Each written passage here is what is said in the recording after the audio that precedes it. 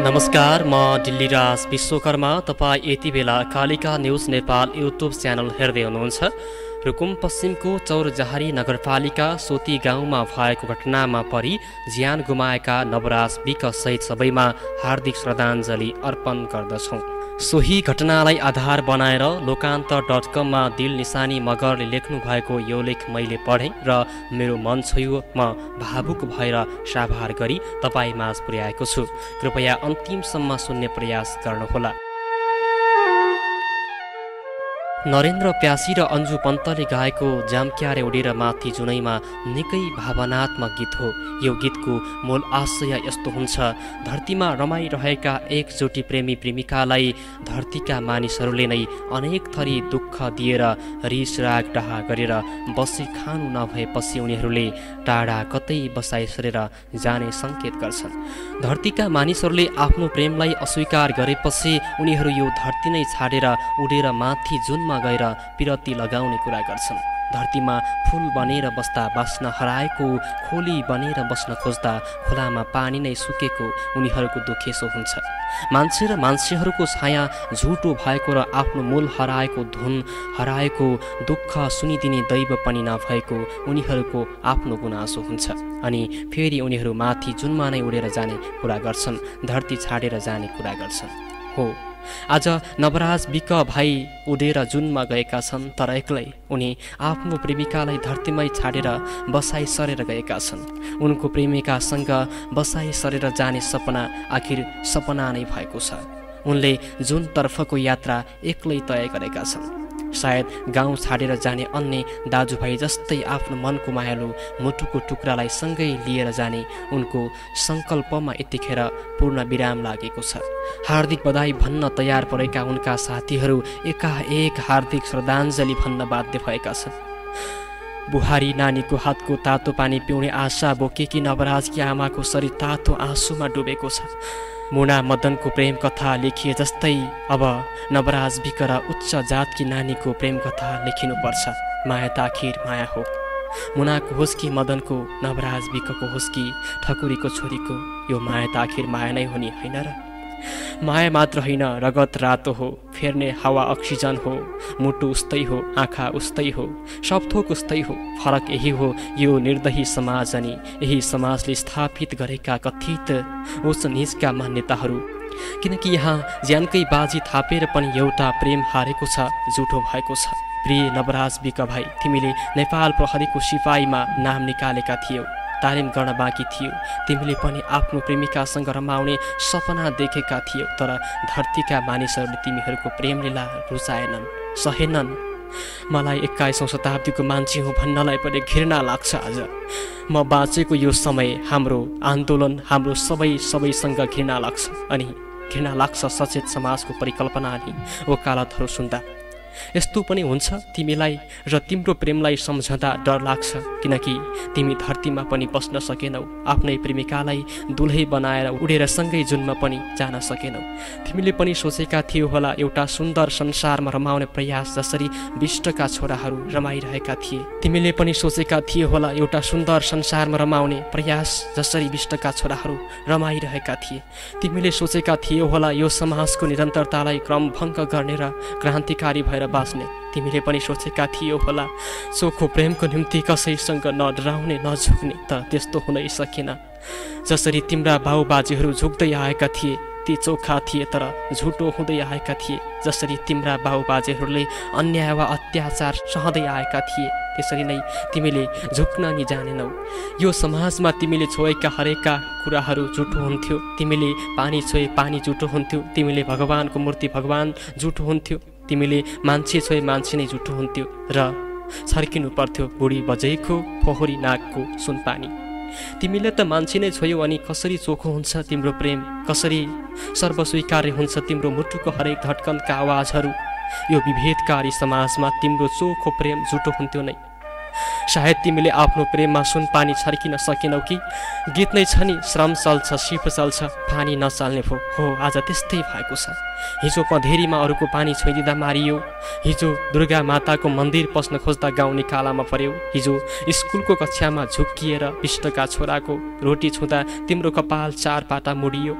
हिजो बिहे घरमा मलखातमा बसेर खाना नमान्दा आफ्नै मुखभरि कालो मसो दल्न बाध्य भयौ र आज कसैलाई चोखो प्रेम गर्दा मारियौ। आखिर कहिलेसम्म चलिरहन्छ यो विभेदको श्रृङ्खला? प्रिय नवराज भाइ, आज यति नै भन्न सक्छु तिमीलाई। फुल वर्षाउन नसकेर धुवाँ वर्षाउने ती मान्छेहरूले पनि एक दिन चिहान घाटमा पुग्नै पर्छ। उनीहरूलाई कानुनले छाडी पनि यो समाजले तिमीलाई नै दोष दिएर ती आक्रमणकारीहरूलाई सदा जस्तै सुनपानीले चोख्याएर पनि एक दिन मैले नदेखेको भगवानले सजाय दिने नै छ।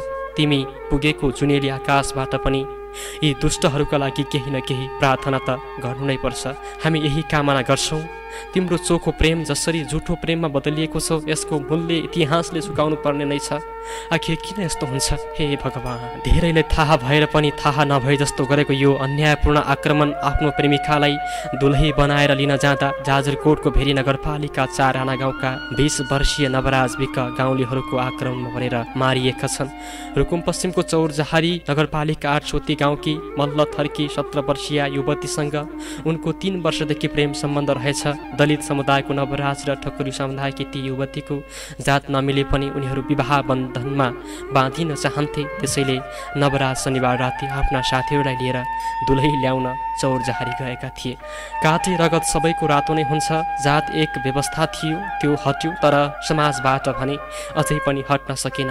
नवराजले न घरमा दुलही ल्याए न त आफ्नै घर फर्किए। केटीतिरका मान्छेहरूको आक्रमणमा परेर उनको ज्यान गयो। उनलाई साथ दिनका लागि सँगै गएका चौरजहारीका टिकाराम सुनार र राणा गाउँका गणेश बुढा मगरको पनि मृत्यु भयो। अन्य 3 जना सन्दीप विक, लोकेन्द्र सुनार र गोविन्द शाही अहिले पनि बेपत्ता छन्। विगतमा दलित समुदायका मानिसहरूलाई सार्वजनिक पार्टी पौवा, धारा, पँधेरा, मठ मन्दिर लगायतका स्थानमा प्रवेश गर्न पाइँदैन थिए। प्रेमको त परै जाओस्, अनेक प्रकारका आन्दोलनहरूले समाजमा केही परिवर्तन आयो कि भनिएको हो। केही कुराहरूमा परिवर्तन आयो, तर अझै पनि गाउँ सहरमा दलितलाई डुम, अछुत जस्ता संज्ञा दिएर अपमान गर्ने लगायतका कुराहरू हुनाले पनि कथित उपल्लो जात भन्नेहरूको चरम विभेदमा पर्दै आएका छन्। त्यसैको उदाहरण यो घटना पनि हो। यो भूमिमा दलितहरूको सबै कुरा चल्यो। उनीहरूको आँसु पसिनाको मूल्य सायद नेपाली समाजले चुकाउन सक्दैन होला। मन्दिरमा खुकुरी चल्यो तर फुल चलेन। बिहेमा बाजा गाजा चल्यो तर भोज चलेन। शरीरको लाज छोप्ने कपडा चल्यो तर घरभित्र पस्ने अनुमति चलेन। माया प्रेम त झन् चल्दै चलेन। आखिर कहिलेसम्म उनीहरूको आँसु पसिनामाथि खेलबाड भइरहन्छ? कहिलेसम्म भइरहन्छ मानिसहरूमाथि मानिसहरूको विभेद? हे भगवान! नेपालमा जाति भेदभाव तथा छुवाछुत कसुर र सजाय ऐन 2068 लागू गरिसकिएको भए तापनि अझै पनि समाजबाट यस्तो प्रथाको अन्त्य हुन सकिरहेको देखिँदैन। उक्त ऐनको दफा 4 को उपदफा 2, 3, 4, 5, 6 वा 7 बमोजिमको कसुर गर्ने व्यक्तिलाई 1 महिनादेखि 1 वर्षसम्म कैद वा 500 देखि 50,000 रुपैयाँसम्म जरिवाना वा दुवै सजाय हुने व्यवस्था गरिएको छ। तर कसलाई फुर्सद छ नियम कानुनको पाना पल्टाउन? शासक वर्गहरू मानिसहरूमाथि यो वा त्यो बहानामा विभेद थुपार्न बाध्य छन्।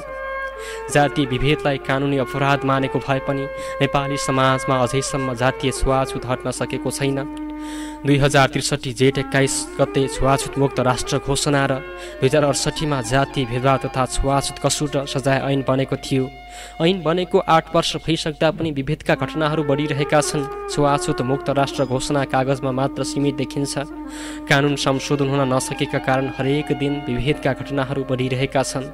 जातीय भेदभाव तथा छुवाछुत कसुर र सजाय ऐन 2068 को पहिलो संशोधन 2075 मा जातीय भेदभाव तथा छुवाछुत गर्नेलाई कसुरको व्यवस्था अनुसार 1 महिनादेखि 3 वर्षसम्म कैद र 20,000 रुपैयाँदेखि 2 लाख रुपैयाँसम्म जरिवानाका साथै 2 लाखसम्म क्षतिपूर्ति पीडितलाई भराइदिने व्यवस्था गरिएको छ। तर पँधेरो, स्कुल, मन्दिर, अस्पताल, सार्वजनिक सवारी साधन, मेला, समारोह इत्यादि स्थानमा दलित भएकै कारण अपमानित हुनुपर्ने विडम्बना कहिलेसम्म हुने हो? समानुपातिक, समावेशी र सहभागितामूलक सिद्धान्तका आधारमा समतामूलक समाज निर्माण गर्ने कल्पना गरिए पनि संविधानमा उल्लेख गरिएका व्यवस्थाको फितलो कार्यान्वयनका कारण दलित समुदाय न्यूनतम मानवाधिकारबाट वञ्चित रहन बाध्य छन्। उनीहरू हत्या, बलात्कार, कुटपिट, दमन र अत्याचार, अन्तर्जातीय विवाह, भेद आदि जस्ता हिंसाबाट निरन्तर पीडित रहँदै आएको देखिन्छ।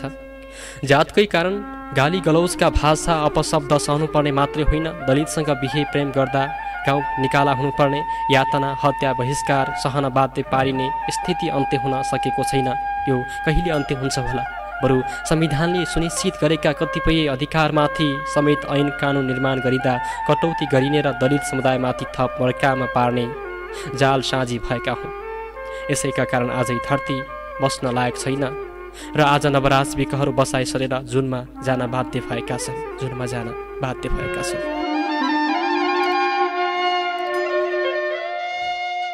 आदरणीय श्रोता दर्शक बिहिनहरू, हामीले लोकान्तर.com बाट दिल निशानी मगरले लेख्नु भएको लेख साभार गरेका थियौँ, तपाईँहरूमा सुनायौँ। जस्तो लाग्यो त्यस्तै प्रतिक्रिया दिनुहोला र हाम्रो यस कालिका न्युज नेपाल युट्युब च्यानललाई सब्सक्राइब गर्न नभुल्नुहोला र यो लेख तपाईँको आफन्तजन साथीभाइ सबैलाई पुर्याइदिनु हुन सेयर गर्नका लागि पनि हार्दिक अनुरोध गर्दछौँ। साथै मन परेको भए लाइक, कमेन्ट, सेयर गर्न नभुल्नुहोला। धन्यवाद।